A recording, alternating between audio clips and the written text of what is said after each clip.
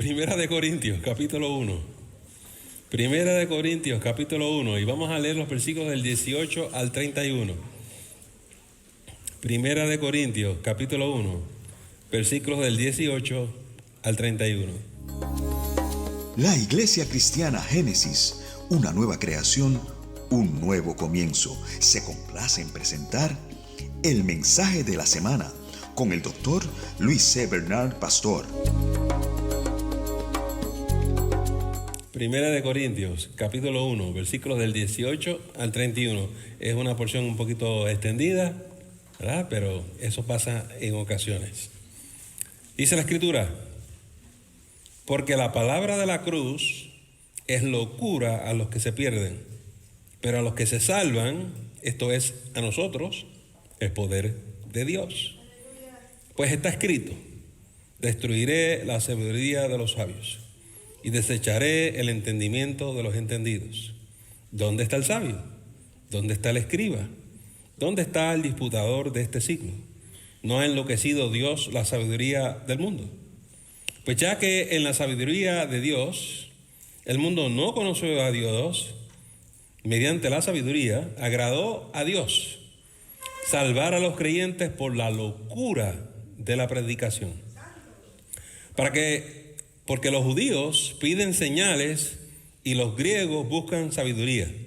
Pero nosotros predicamos a Cristo crucificado, para los judíos ciertamente tropezadero y para los gentiles locura, mas para los llamados, así judíos como griegos, Cristo poder de Dios y sabiduría de Dios.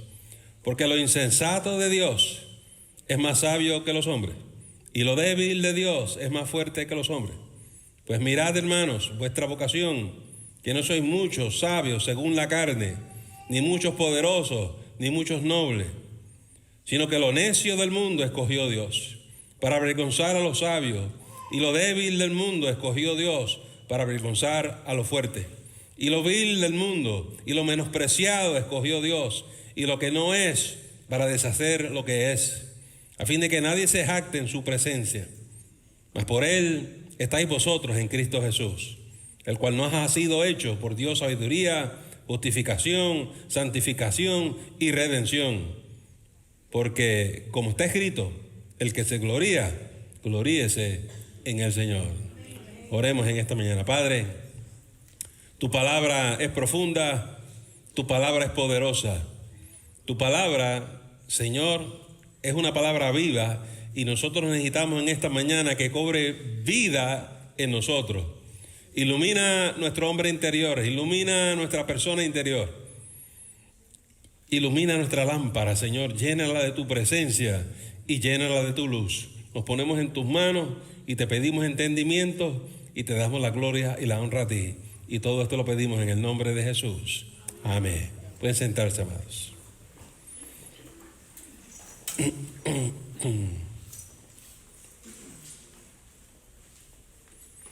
Cuando uno lee en diferentes lugares de las Escrituras, uno se da cuenta que cuando los apóstoles escribieron con una convicción bien profunda. Y por ejemplo, en Primera de Juan nos dicen que ellos están escribiendo y están hablando a base de lo que vieron, escucharon y tocaron. Ellos vieron a Jesús, escucharon las enseñanzas de Jesús, palparon, experimentaron a Jesús. Dice en 1 Juan que ellos contemplaron su gloria.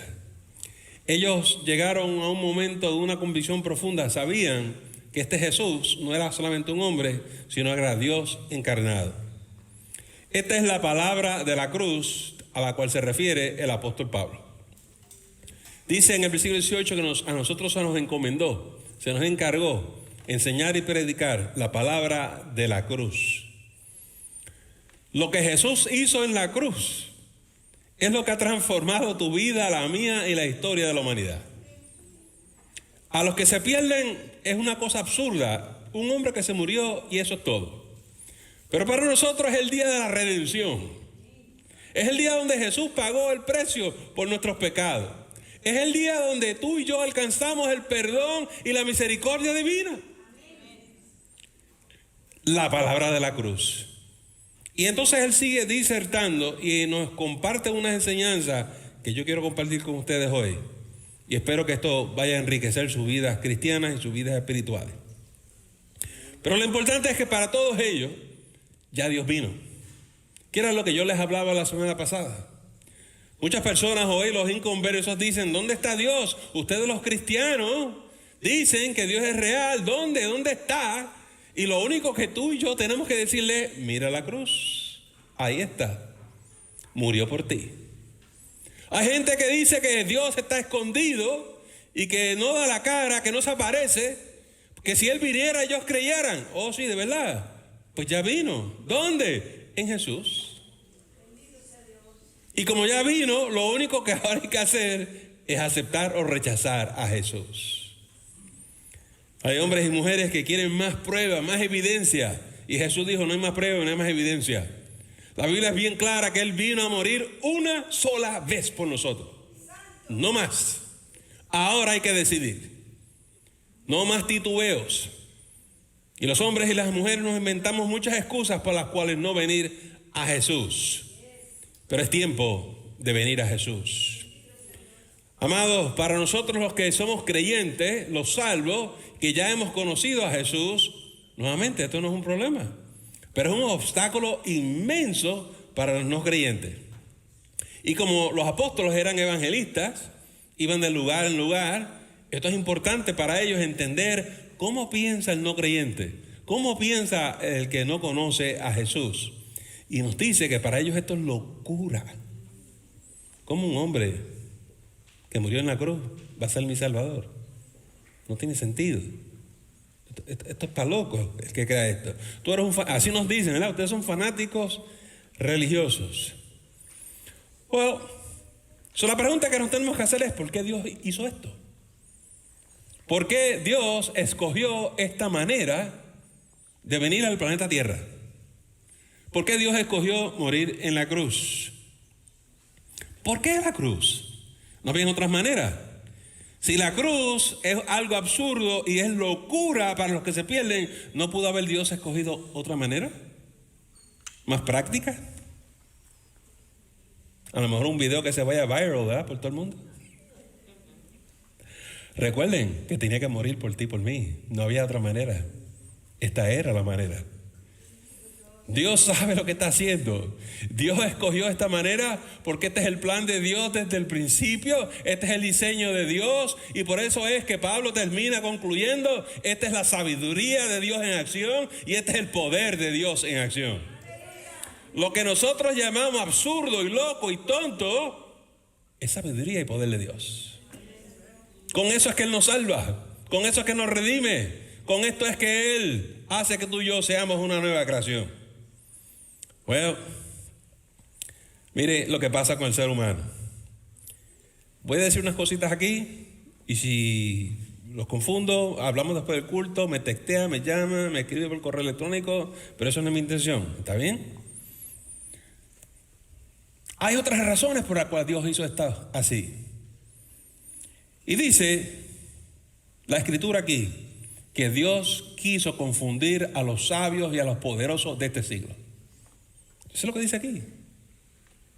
La pregunta que usted y yo nos tenemos que hacer es: ¿por qué Él quiso hacer eso? Los prendió en su sabiduría, los humilló, los ridiculizó.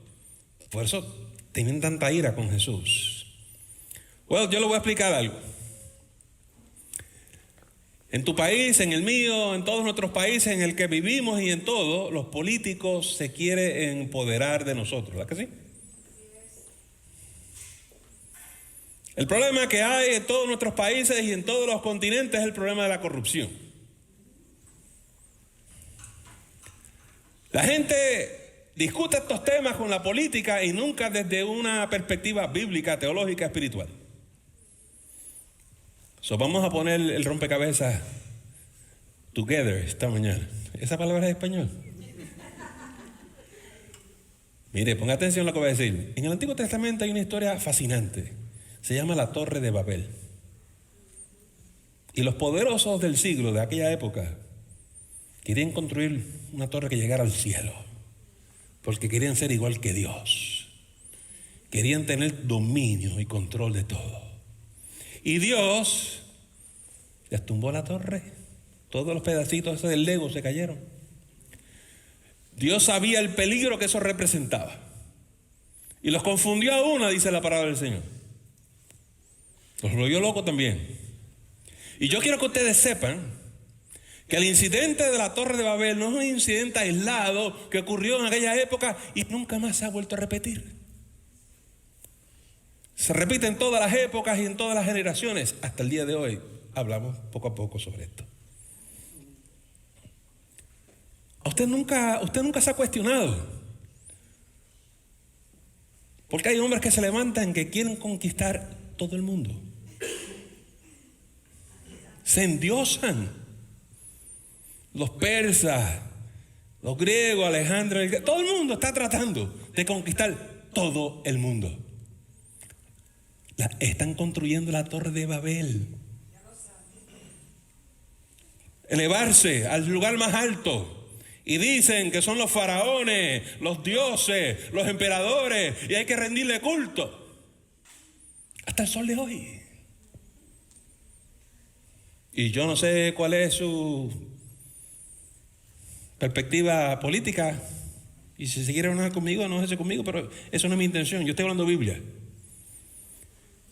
Eso pasa con las ideologías políticas, de derecha y de izquierda, que se tratan de empoderar de los pueblos. Y hay corrupción en México, y en Puerto Rico, y en África, y en China, y en Rusia, y en Cuba, y en Venezuela. Y no importa lo que sufra el pueblo, después que ellos sean los dioses, los señores, los grandes y los poderosos. La Torre de Babel. Hoy en día se dice que hay un grupo llamado el Illuminati que está tratando de organizar un movimiento mundial para controlar el mundo entero. Y tú no piensas que la corrupción en Centroamérica tiene nada que ver con la corrupción en Europa, pero son los mismos. La Torre de Babel. ¿Y quién está detrás de la Torre de Babel? Eso es lo que tú y yo no sabemos, pero Dios sabe. Y es el diablo. Es Satanás. Yo te lo voy a probar. Hay un libro llamado el Apocalipsis. Hay un hombre llamado el Anticristo que va a llegar y va a tener dominio mundial, control de todas las naciones y todos los ejércitos. Y se va a levantar como si fuera Dios. Se va a sentar en el templo de Dios y se va a pasar como Dios. ¿Usted sabe cuál es el gran problema que hay? Que la culpa es nuestra. La gente y los pueblos votan por esta gente y los elevan a estas posiciones. Nadie nunca jamás entiende por qué Jesús es tan radical y en el reino él dice, no vamos a hacer como esos gobernantes. Y es que el reino de Dios se opone al reino de las tinieblas. Y al final de los tiempos, el anticristo vino a levantar su propia Torre de Babel y a aglutinar todos los ejércitos de la tierra para luchar contra el Cordero.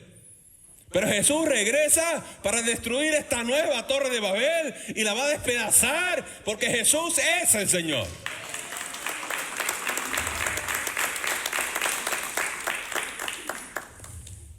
Ok, hablamos de política, vamos a regresar.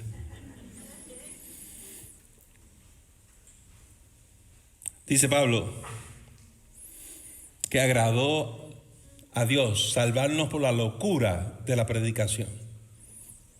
Pero ¿cómo va a ser el pastor que Dios haya escogido esto para destruir esto? Oh, sí.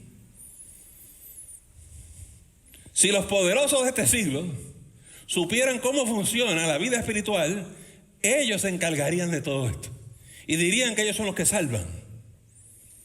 Por eso Dios no quiere compartir su gloria con el hombre. Y no hay nadie que pueda ofrecer la salvación, solamente Él. Solamente Dios salva. Y por eso los tiene locos, porque no lo entienden. Eso es bueno, que no entiendan. Me explico. Si usted hoy se inventara algo Y usted piensa, esto va a ser de bendición para la humanidad. Mañana, los ricos y los poderosos de este siglo, los políticos dicen, eso es nuestro. Y si te permiten vender tu creación, le tienes que pagar los impuestos a ellos, ¿sabes? Los que van a hacer dinero son ellos. Y al final, si te lo pueden quitar, te lo quitan. Si tú montas un negocito, se aparecen al otro día y te dicen, para seguridad tuya, páganos una mensualidad. Así funcionan los ricos y los poderosos de este siglo. Pero nosotros somos lo vil, lo menospreciado de este mundo. Ya mismo entramos en ese tema. Por la locura de la predicación. Ahí hay un hombre que murió en la cruz. Y si tú quieres escapar del mal y de la maldad y de las garras del diablo, acéptalo. ¿Cómo? ¿Por qué no traen a alguien que derrota a los malos? No. Tienes que aceptar el que se murió en la cruz. La gente está buscando un general, un caudillo, un dictador que tenga fuerzas militares para que hagan batalla. Eso es lo triste de los marxistas, ¿verdad? La revolución. Hay que matarlos a todos para ser libres. Hay que matar para ser libres. Piensa en eso. Hay que matar para ser libres. Y los pobres pueblos, creyéndose las doctrinas falsas, diabólicas del marxismo y del socialismo, andan coqueteando con eso y todos estos países están ardiendo en llamas. Ahí tienes a Venezuela. Y en este país dicen que los jóvenes creen en el socialismo. El socialismo es la puerta que abre al marxismo y el marxismo te va a llevar al comunismo. El problema es que los jóvenes no tienen edad suficiente para entender estas cosas. Pero la cruz te lleva a Jesús y Jesús te lleva a Dios. Y Dios te salva y Dios te rescata y Dios te hace de nuevo. Tú tienes que escoger entre lo que ofrece el mundo, socialismo y marxismo, y lo que ofrece Dios, que es Cristo y la cruz. Nosotros somos de los que escogimos la cruz. ¿Alguien dice amén? No me asusten. ¿Qué es lo que pasa cuando tú aceptas a Jesús? Miren este fenómeno. Jesús se manifiesta a tu vida. Nadie lo ve. Tú lo ves. Es algo que ocurre dentro de ti. Los ojos espirituales se te abren. Ahora puedes ver lo que antes no veías. Te das cuenta que eres un pecador o una pecadora. Te das cuenta que necesitas el perdón divino. Te das cuenta que tú has sido necio toda tu vida, oponiéndote a la cruz y oponiéndote a Jesús. Y es una experiencia humillante. Uno se dobla de rodillas, uno llora, uno pide perdón, uno se arrepiente cuando uno tiene un encuentro real con Jesús. La gente pelea con él. ¿Y por qué tengo que pedir perdón? Yo no tengo que pedir perdón. No te preocupes, que el día que tú conozcas a Jesús, vas a llorar y llorar y llorar. Yo era un ciego. Yo tenía un muchacho joven que siempre me hablaba de Luis, vente, acepta a Jesús. Y yo lo empujaba. Yo, ¿qué es Jesús? Y ya me tenía cansado. Todos nosotros, el grupo nuestro, estábamos cansados de ese muchacho. Estábamos a punto de golpearlo. Todos los días, Jesús para aquí y Jesús para allá. Ya para la cosa. Cuando acepté a Jesús, me acordé de Ignacio. Yo tuve que pedir perdón al Señor. Él solamente quería el bien para mí. Nosotros no lo entendíamos, estábamos ciegos. No te sientas mal cuando tú le hablas de Jesús a otra persona y te rechaza el mensaje. Es lo que pasa. Yo rechacé el mensaje. Pero insiste, persevera, siembra la palabra. Permite que el Señor obre en la vida. Ora por la persona. No hay que discutir con ellos. Siembra la palabra del Evangelio. Y deja que Dios obre en su corazón. Y ojalá que llegue el día que vengan donde ti y te digan, gracias por hablarme de Jesús. Yo no lo entendía, pero hoy lo entendí. Y es que cuando el ser humano por fin toma la decisión de abrir las puertas de su corazón, entra Jesús. Es lo que dice la palabra. He aquí, yo estoy a las puertas. Yo tampoco. Si alguien abre la puerta de su corazón, yo entro y ceno con él. Y por eso predicamos la locura esta, de que Jesús es el que nos salva.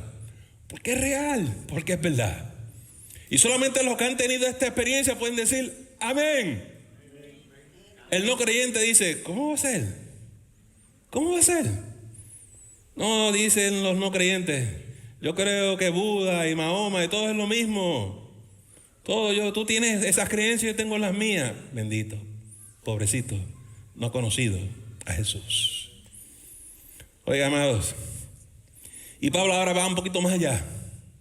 Y dice que la razón por la cual los judíos no aceptan a Jesús y la razón por la cual los griegos no aceptan a Jesús es distinta.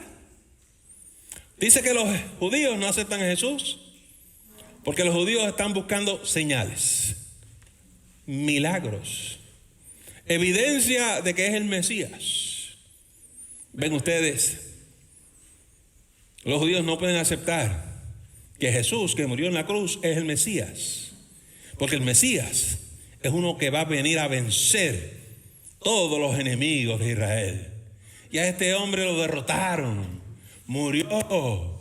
Eso que es el que reclame que Jesús es el Mesías. No, Jesús es un impostor. Porque no se pudo rescatar a sí mismo. ¿Cómo iba a salvar a otros si no se pudo salvar a sí mismo?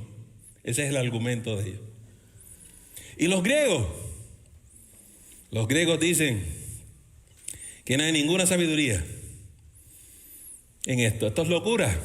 Ven, el concepto de los griegos de Dios es que Dios es perfecto. Y lo perfecto no se puede hacer humano, porque el ser humano es imperfecto. De manera que lo perfecto jamás puede reducirse a la imperfección. Bendito, pobre griego. Confiaban en la lógica humana, en la razón.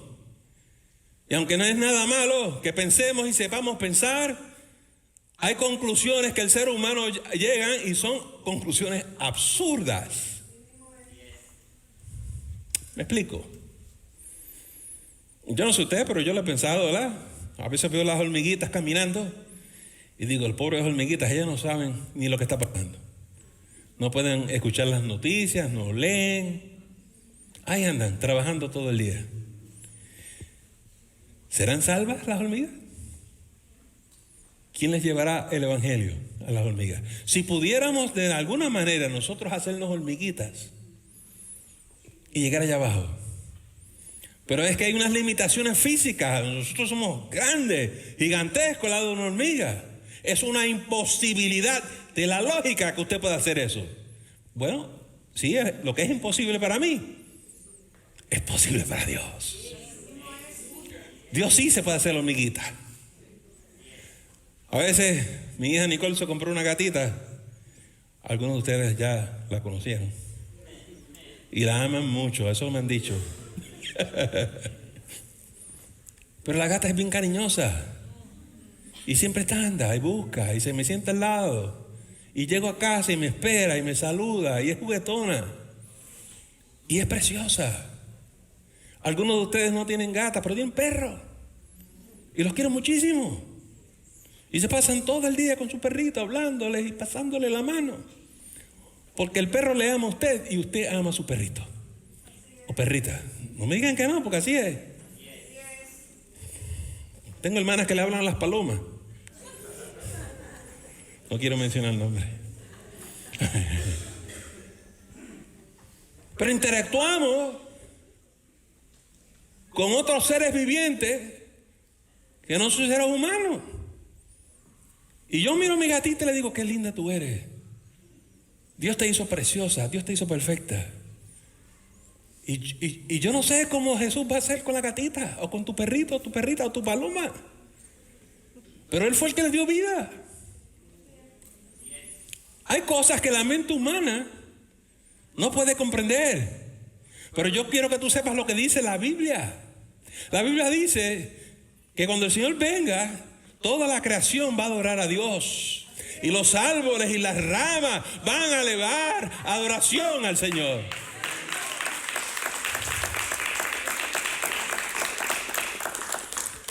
La mente humana tiene unos límites que Dios no tiene.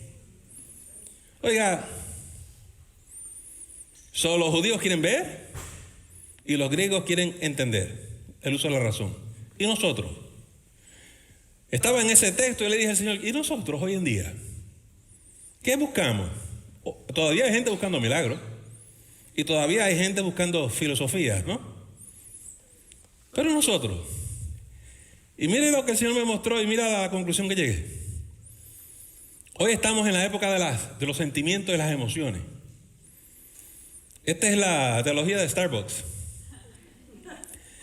¿Qué le ofrecen ellos a ustedes? Una experiencia. En inglés, ambience. Makes you feel good. ¿Ah? Y eso es lo que queremos. Sentirnos bien. Y dice, Señor, y entonces, ¿cómo predicaríamos el evangelio hoy en día para esta gente? Pero mira, te tengo un evangelio esta mañana que le habla a los judíos, un evangelio que le habla a los griegos y un evangelio que nos habla a nosotros. Mira esto. Los que están buscando señales y milagros solamente tienen que venir a Jesús, porque Jesús va a lograr el milagro de la salvación en cada uno de ellos. Los que quieren entender, lo único que tienen que hacer es venir a Jesús, porque van a conocer la verdad y la verdad les hará libres. Porque cuando conozcan la realidad de que Jesús existe, las cosas las van a entender. ¿Y cómo lo van a saber, pastor? Bueno, porque cuando usted empieza a pensar y a razonar de una manera nueva y distinta, lo va a saber por el cambio de su conducta. Por eso fue que Jesús dijo, por los frutos los conocerán. Pero vámonos para Starbucks. Ah, que Dios está tremendo. El Dios de nosotros está pasado. ¿Tú quieres sentir? ¿Tú quieres emociones? No te preocupes, porque la Biblia dice que Dios derramó el amor de Dios en tu corazón por el Espíritu Santo. Y por eso es que tú te puedes levantar en la mañana y sentir el abrazo del Espíritu. Y por eso tú puedes estar guiando y sentir que Dios te ama y lágrimas empiezan a bajar de tus mejillas. Porque Dios hace sentir que Él te ama, que tú no estás sola, que tú no estás solo. No hay una sola experiencia humana donde Dios no se revele y no se manifieste a nosotros. Porque en estas últimas semanas hablaba con una persona y hablábamos de que cada uno de nosotros tiene una manera distinta de aprender. Hay estilos de aprender. Y hay quien quiere ver. Como Tomás, ¿verdad que sí? No, yo quiero ver, yo quiero tocar para saber. Ok, toca aquí. Hay gente que quiere pensar y razonar. Pues para eso está el apóstol Pablo. ¿Tú quieres entender el evangelio? Léete las cartas de Pablo. Pero hay quien quiere una experiencia profunda. Para eso está el Espíritu Santo, que te va a estremecer. Y los hermanos dicen, yo siento. Exactamente. A Dios no se le escapa nada. ¿Y qué pasa con todo eso entonces, pastor? Porque usted no está hablando de todo eso en esta mañana. Mire, porque Dios nos escogió a nosotros para llevar ese mensaje. Déjenme usar los términos que él usa. Dice que Dios escogió lo insensato de este mundo, tú y yo. Dios escogió lo débil, tú y yo. Y dice, miren hermanos, las vocaciones de ustedes, que no son muchos sabios y no son muchos poderosos. Porque dice la palabra de Dios, lo necio y lo débil del mundo escogió Dios, tú y yo. Lo vil y lo menospreciado escogió Dios. Para avergonzar a los poderosos de este siglo. Para volver locos a los que dicen que están en control. Te voy a decir cómo eso funciona. Yo soy rico, yo soy grande, tengo posición, tengo estatus, tengo nombre, soy de los meros. Pero no puedo sonreír. No hay gozo en mi corazón. Y tú, que eres un vil y un menospreciado de esta tierra, tú que no eres nadie, lo único que hace es mirarme con una sonrisa. ¿De qué tú te ríes? Yo no me estoy mofando de usted, Señor poderoso. Yo solamente estoy gozándome porque tú eres un alma de salvación. Vengo aquí en el nombre de Jesús a compartirte que Él murió en la cruz por ti. Y cuando los poderosos de esta tierra se humillan y aceptan a Jesús, lo dejan todo para seguir al Maestro. Y Dios te usó a ti. Tú estás aquí en esta mañana diciéndote, ¿quién soy yo? Yo no soy útil. ¿Cómo es que Dios me va a usar a mí si yo no soy nadie? Tú eres un hijo de Dios. Tú eres una hija de Dios. Y Dios te llamó a ti para que prediques la cruz. Porque a Dios le plació salvar al mundo por la locura de la predicación. Pastores, que usted no sabe dónde yo he estado. Yo he sido alcohólico, adicto. Yo perdí mi empleo. Yo soy lo más vil y lo más menospreciado del mundo. Oh, tú cualificas para ser cristiano. Tú cualificas en esta mañana. Porque eso es lo que Dios anda buscando. ¿Cómo va a ser, pastor? Oh, porque Él es el alfarero divino. Cuando el diablo te pateó, cuando el diablo te destruyó, cuando el diablo te avergonzó, Jesús te recogió, Jesús te sanó, Jesús te restauró.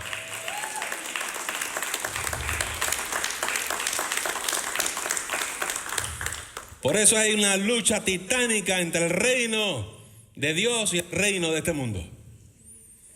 La torre de Babel existe y está allá afuera. La única cosa es si tú vas a seguir la corriente del mundo o vas a seguir a Jesús. Nosotros lo hemos dejado todo. El mundo te ofrece ser famoso, ser poderoso igual que ellos. Muchos jóvenes se van para Hollywood. Ni todas las jovencitas quieren ser estrellas, ¿verdad? Se van para allá y se estrellan. Abusan de ellas y las maltratan, ¿verdad que sí? ¿Y de qué vale, dice Jesús, que tú alcances el mundo entero y pierdas tu alma? El diablo nos recrimina. Albi cantaba esa canción. Hey, yo soy el error, yo soy la decepción. Y te vengo a decir cosas en tu mente. Tú no eres nadie, tú no vales nada. Nunca alcanzaste a ser nadie. Refuta las palabras del diablo. Esos son pensamientos de infierno. Di la verdad. Yo alcancé la salvación. Yo alcancé vivir en las alturas con Cristo Jesús. Yo soy una hija del Rey. No, yo no soy nadie. Yo soy una hija del Rey.